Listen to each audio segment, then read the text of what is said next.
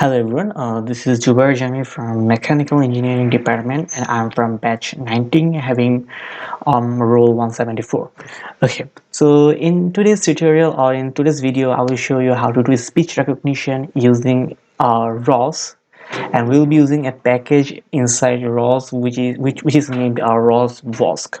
All right, so one of, as you can see over here, right, everything I'm saying is getting detected automatically. Okay, so we'll have fun today. We'll detecting all these tags and manipulating our Arduino and everything like that. Okay, so how can we connect everything?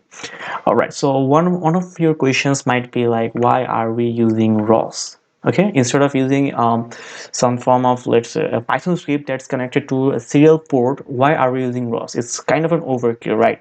But in our project we had to use ROS because we were using a lot of services on nodes that was running on the backend. Okay, so I didn't answer one of the question is, what is ROS? I guess so. ROS, the full form of ROS is a robot operating system that kinds of sits at the back end of any of your robot, let's say in your computer or in a Raspberry Pi, and then it helps us to achieve and run multiple services at the back uh, at the back of our code simultaneously. All right, so it will help us, let's say, run some image recognition with speech recognition with some simulation going on. Okay, so this is kind of the thing we are, okay, achieving from ROS. Okay, so let's see what ROS is. All right, so let's say ROS is kind of sitting at the middle of everything over here. Let's zoom in a bit. Okay, and let's say we have a service that's doing image detection. Okay, it's doing image detection, and a service that's doing speech recognition that we are doing today. Okay, let's do speech recognition. Okay, and everything's connected to our Arduino. Okay, that will help us control our robot. All right, so let's just give all of them kind of a nice box.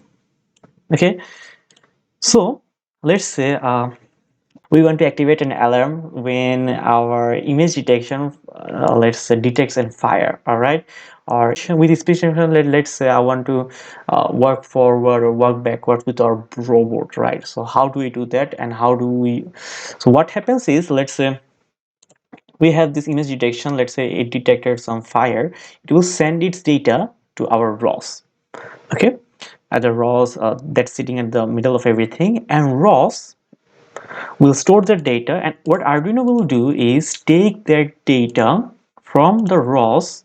It will just ask for the data from the ROS, and it will work accordingly. So let's say I want to activate an alarm, or I want to turn on a red light, stuff like that. So it could subscribe to the ROS sitting in the middle of everything, and it could do that. Okay, also for the same for the speech recognition. Let's say we have a speech that says move forward. All right, and the Arduino will receive that, and it will move forward or act accordingly. Okay, so that's the fun part about ROS. You can do a lot of stuff. I was talking only about speech detection and image detection. You also can run some let's say some form of simulation over here that's helping you move your port a bit better. Okay, or let's say you have a slam with that's making an area mapping of your environment. Okay, so yeah, so that's how ROS is used in this scenario. Okay, so for today what I will suggest is, or what I will require from you guys, is that you should have a ROS Noitic version installed on your PC, because the issue is, I have tried a lot of versions, but I have seen only that the ROS Noitic works perfectly with your Ubuntu version of 20.0. Okay, so these are the main two requirements. You should have Ubuntu 20.04, and then with the code name Focal, and then you should have ROS Noitic. All right. And one other thing that's kind of a requirement for now is you to have VS Code installed on your Ubuntu machines, because this would really help us write all the codes. And yeah, it's kind of a really great code editor. Here we go. All right. So yeah. So okay. So what I will suggest is you to have although I'm using this Ubuntu machine, yeah, as in a virtual machine, right? So but I would suggest you to have it stored start up in dual boot, because accessing all the microphones I found it from a virtual machine is kind of hard. Okay, so I can connect to my Bluetooth earphone and stuff like that, so I would suggest you to use dual boot. Okay, so let's have fun in our next videos.